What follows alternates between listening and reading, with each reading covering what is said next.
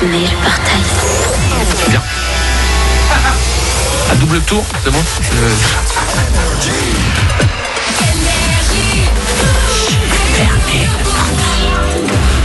Vendredi, 3e saison de Stranger Things sur Netflix. Comment je vais kiffer ce week-end. Bon, on n'y est pas encore en même temps. Bon courage si vous bossez. On se fait tous les hits numéro 1, Lewis Capaldi. Juste après l'actu, il est 9h sur Énergie.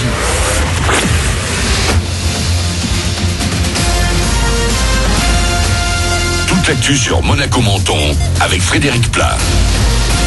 Bonjour, seul le littoral devrait rester sous le soleil tout au long de ce mercredi 3 juillet. Dès qu'on entrera un peu dans les terres, il y aura des passages nuageux qui pourront donner des orages de grêle cet après-midi. 33 degrés sont annoncés au plus fort. Il fait déjà 28 actuellement à Monaco et Menton. On pourra toujours craindre une activité électrique demain du côté de Tende notamment. Et météo toujours, et rien de bien surprenant, c'est en juin qu'il a fait le plus chaud dans le monde, un mois record avec des températures exceptionnelles élevées en Europe de l'Ouest. En France, après les fortes chaleurs, les orages font parfois des dégâts. On a pu voir passer des images assez impressionnantes de départements touchés ces derniers jours, mais accompagnés le plus souvent de fortes pluies, ils permettent aussi un bon nettoyage de la qualité de l'air.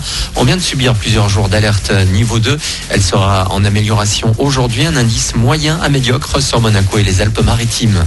Dans notre département toujours, que fait-on pour limiter la pollution ?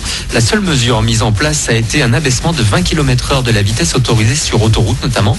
Elle n'est pourtant respectée que par peu d'automobilistes alors que 80% de cette pollution à l'ozone provient du trafic routier. Dans les Bouches-du-Rhône, particulièrement concernées également, seules les voitures disposant de la vignette critère 1, 2, 3 ont été autorisées à circuler. Cette autre pollution à Monaco, après l'évacuation accidentelle d'eaux usées domestiques lundi, la baignade devrait à nouveau être autorisée aujourd'hui au Larboto ou encore du côté du solarium. Des analyses ont montré hier une bonne qualité dans les zones de baignade. D'autres devraient avoir lieu ce matin, mais le drapeau rouge pourrait rapidement être retiré. Il faudra cette fois faire attention à l'arrivée de quelques méduses. Il risque au minimum 5 ans d'interdiction de passer des examens. 13 lycéens, dont 6 mineurs, ont été arrêtés hier à Paris et dans les Bouches-du-Rhône. Mais la fraude présumée au bac pourrait être beaucoup plus importante. Prévenue par un lanceur d'alerte, la police a trouvé les suspects grâce à leurs adresses IP générées par leur connexion Internet. Ils auraient eu accès au sujet de maths avant l'épreuve. Les résultats du bac seront dévoilés vendredi. Sainte-Agnès devra ouvrir un centre d'accueil pour les jeunes migrants. La commune des Alpes-Maritimes vient d'être déboutée de sa demande. Elle souhaitait la suspension d'un arrêté préfectoral réquisitionnant un ex-centre de loisirs.